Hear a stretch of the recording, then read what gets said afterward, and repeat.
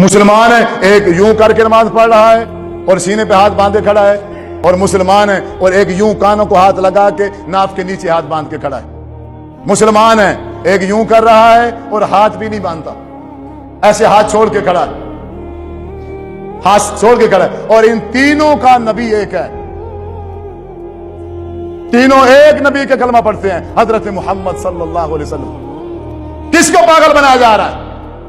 افسوس ہے آپ پر، افسوس ہے، قسم سے آپ پر افسوس ہے، آپ بے وقوف بننے کے لیے تیار بیٹھے۔ کوئی مولوی آئے اور آپ کو بے وقوف بنا، جی لبیک ہم حاضر ہیں جی۔ اتنی عقل نہیں ہے، نبی ایک ہے، رسول ایک ہے، طریقے کیسے تین ہو گئے؟ اچھا پھر دعویٰ ہے ہر فرقے کا، ہر گروہ کا یہ دعویٰ ہے کہ نبی بھی خاتم النبیین ہے، اس کے بعد اور دوسرا نبی بھی، تو دوسرا طریقہ کہاں سے آ گیا پھر؟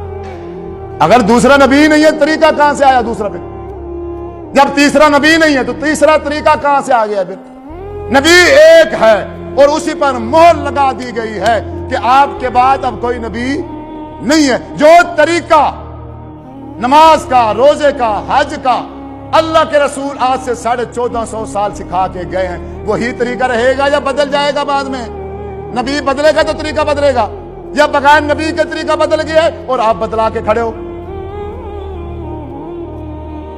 یہ اتنی سی بات سمجھ نہیں آتی؟ کبھی بھی آپ میں سے میرے کسی بزرگ نے، نوجوان نے اس بات کی ریسرچ نہیں کی، اس بات کی طرف سوچا نہیں ہے، اس بات کو چیک ہی نہیں کیا۔ اہل حدیث کے گھر میں پیدا ہوا بچہ اہل حدیث ہے، اہل دیوبند کے گھر میں بچہ پیدا ہوا وہ دیوبندی ہے، اہل سنت والوں کے ہاں پیدا ہو گیا وہ سنی ہے، اہل تشیع کے گھر میں پیدا ہو گیا تو وہ شیعہ۔ تو مرزائیوں کے گھر میں جو پیدا ہوتے ہیں وہ مرزائی، عیسائیوں کے گھر میں جو پیدا ہوتے ہیں وہ عیسائی، یہودیوں کے گھر میں جو پیدا ہوتے ہیں وہ یہودی۔ تو تم نے کون سا تیر مار رکھا ہے پھر؟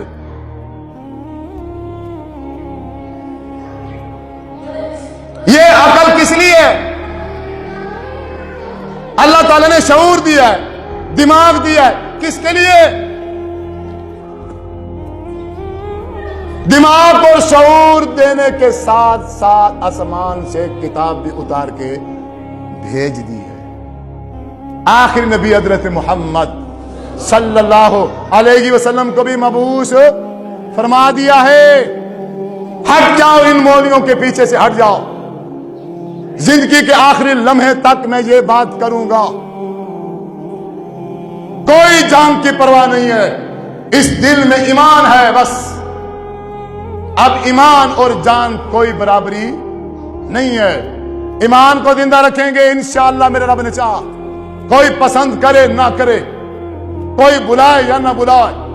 روزی روٹی کا مالک کون ہے؟ اللہ کی ذمہ داری ہے، اللہ روزی بھی دے گا، اللہ گھر بھی دے گا۔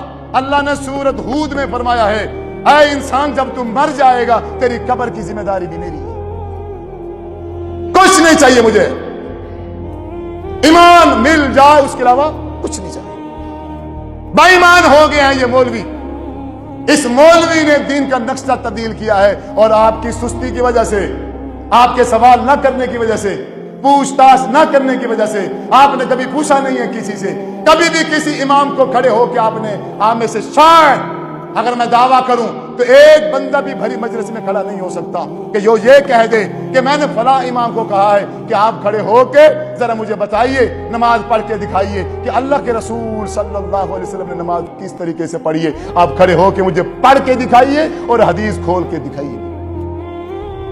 ہے اس پوری مجلس میں، پوری مسجد میں کوئی ایک بندہ ہے کہ جس نے کسی امام کو ایسے کھڑا کیا ہو اور اس سے طریقہ سیکھا ہو اور ساتھ میں کہا ہو یہ جس طریقے پہ تم پڑھ رہے ہو یہ حدیث کی کس کتاب میں لکھا ہوا ہے، ساتھ وہ بھی دکھاؤ؟ ہے مسجد میں کوئی ایک بندہ ہے؟ دیکھو تعداد دیکھو، بندہ ایک بھی نہیں کھڑا ہوا۔ تو بریلوی بنو گے، پھر دیوبندی بنو گے، شیعہ بنو گے، اہل حدیث بنو گے، مرزائی بنو گے، تمہارا تو پتہ نہیں ہے، تم یہودی بھی بن جاؤ گے، عیسائی بھی بن جاؤ گے۔ اگر تم باہر کنٹری میں چلے جاؤ، جو ہماری حالت اور پوزیشن ہے، اگر ہم باہر والی کنٹری میں چلے جائیں، اگر وہ تھوڑا سا ہمارے اوپر دھیان دیں، تھوڑی سی ہمارے اوپر توجہ کریں تو ہمارا تو کوئی پتہ نہیں، ہم عیسائی بھی بن جائیں گے۔ جب ہے دل کے اندر جو مرضی بنا لو، کیا فرق ہونے والا ہے؟ یا صرف اتر ایمان کا لیبل لگا ہوگا تو پھر فرق بنے گا؟ کیا خوبصورت بات کہی تھی میرے نبی نے، میری امت میں ایک وقت آئے گا کہ مسلمان میں اور کافر میں کوئی فرق نہیں ہوگا، مسلمان اور کافر ایسے ہوں گے جیسے پاؤں کے دو جوتے ہوتے ہیں، شکل بھی ایک جیسی، سائز بھی ایک جیسا، صرف فرق کیا ہے؟ یہ دایاں ہے اور یہ بایاں ہے، اس کا نام یہودی ہوگا اور اس کا نام مسلمان ہوگا، کرتوت دونوں کے،